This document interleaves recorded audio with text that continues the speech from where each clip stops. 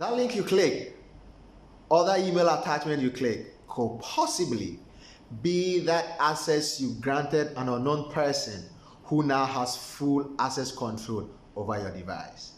What did you click? Join me on this episode as we journey online to find out some of the mistakes we normally do by clicking on certain links.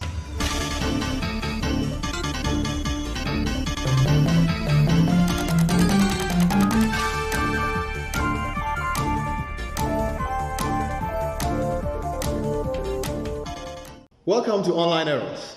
My name is Benjamin Owusu-Ansah.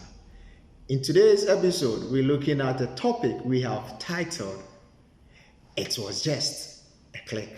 Felix was enjoying his annual leave vacation at his beach house. One morning as he was taking a walk at the beach, viewing from a distance the endless white beach sparkling with a rainbow of tints, smelling the tangy odor of salt from the sea breeze, feeling the crunchy sand between his toes and feet, enjoying the gentle seagulls and waves splashing and crashing against the rocks, he suddenly had his SMS notification on his phone, and he quickly reached out for his phone.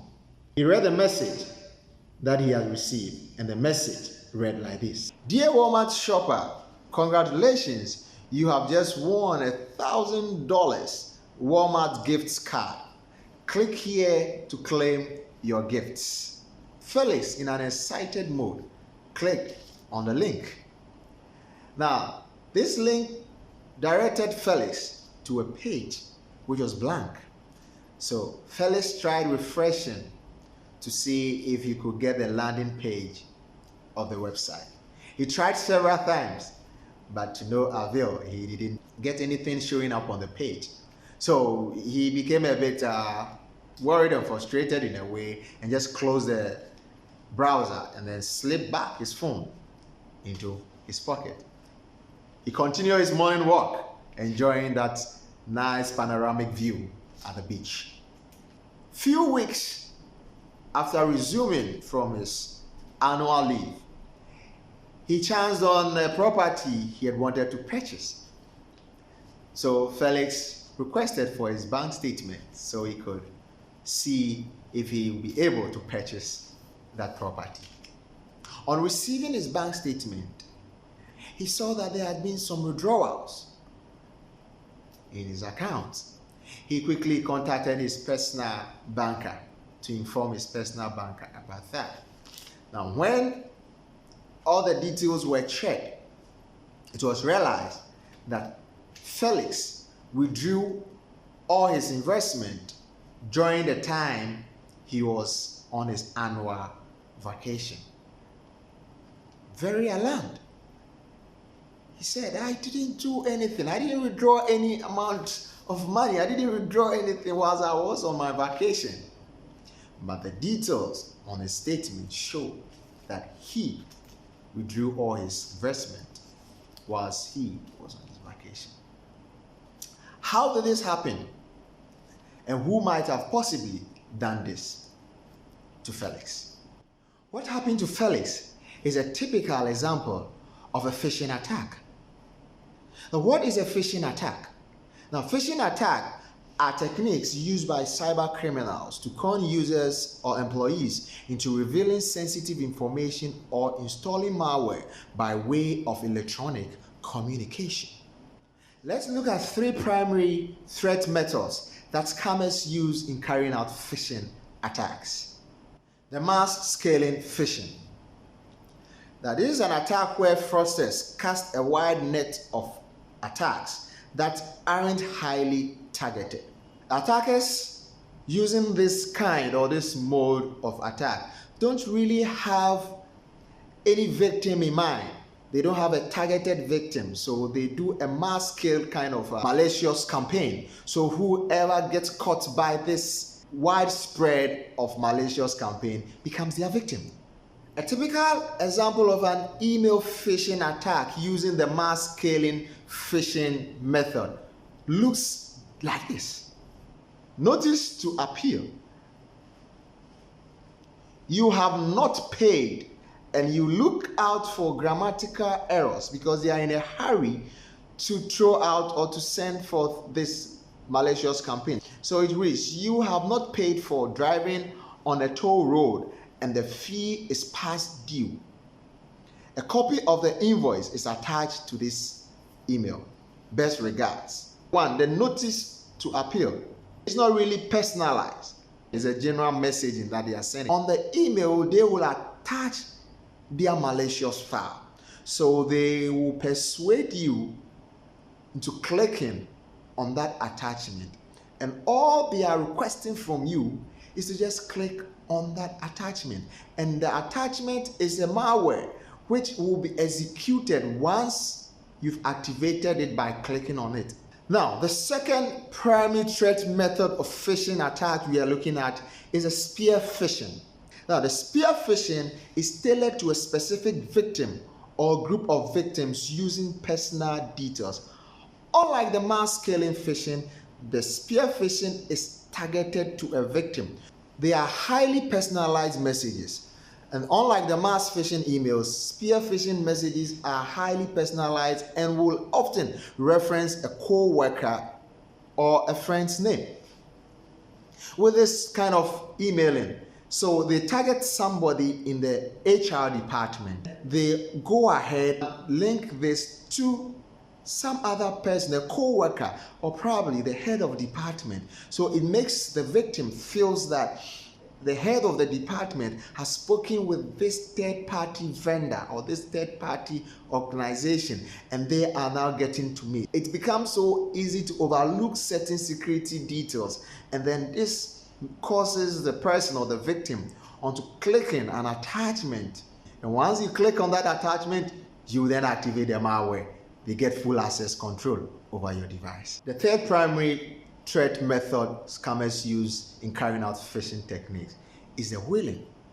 The specialized type of spear phishing that targets a big victim within a company. Normally, it targets the senior management positions who are considered to be the big players in the information chain of any organization, especially the C-suite, posts like CEO, CFO, COOs, and other executives.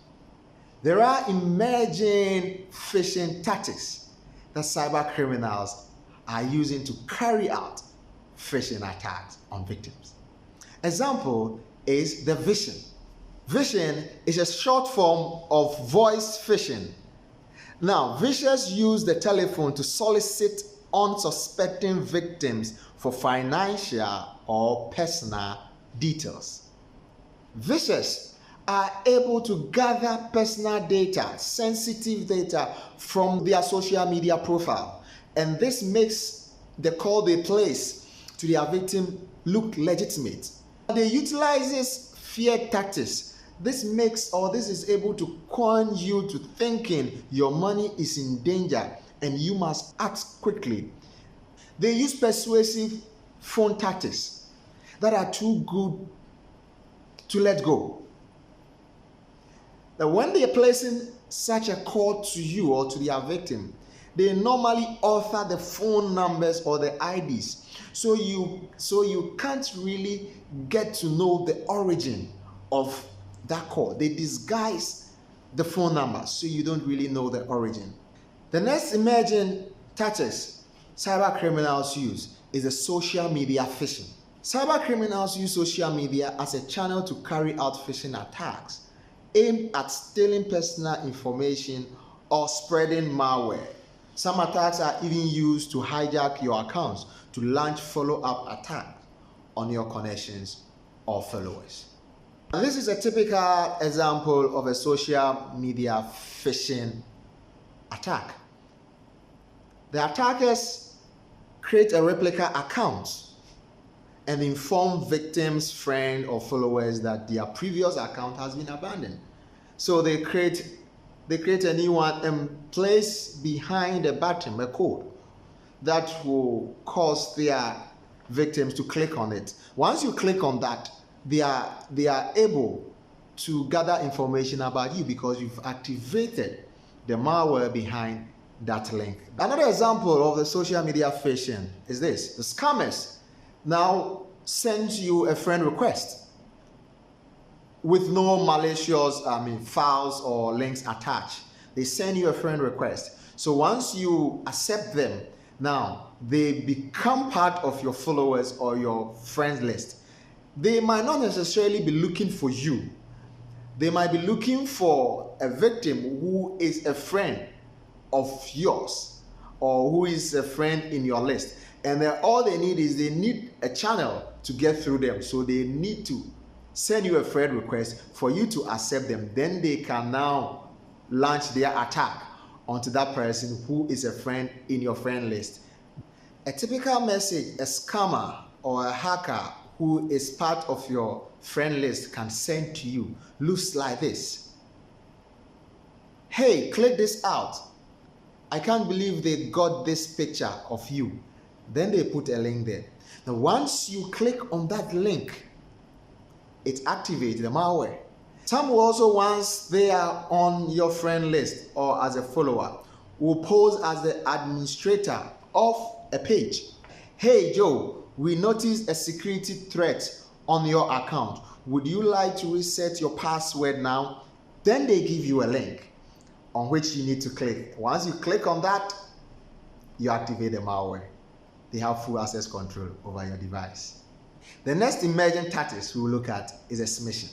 Smishing is an SMS messaging attacks where fraudsters send phony texts in an attempt to con you into divulging private information or infecting your phone with malware. Now, this was the exact phishing attack that was sent to Felix. They sent him an SMS message, and within that SMS message was a website link on which he had to click. Now, all they were expecting from Felix was to click on this link, then the malware will be activated to get full access control over the device or to steal personal data from his device. Felix exchanged his whole investment with just a click. What did you just click? Be vigilant online. Always be suspicious of unsolicited communication from business or individuals, regardless of the message medium. Don't click on links in suspect emails, texts, or social media message. Directly contact the purported sender via their official website, phone number, or email address if you are not sure of the legitimacy of the message you have received. Report suspected phishing scam to your cybersecurity department or your IT department. File a complaint to the security agencies to help shut down cyber criminals. If you have not yet subscribed to this channel, kindly subscribe to this channel and hit on the notification bell so that you can receive our subsequent videos. Thank you so much for watching. My name is Benjamin Owusu-Ansah.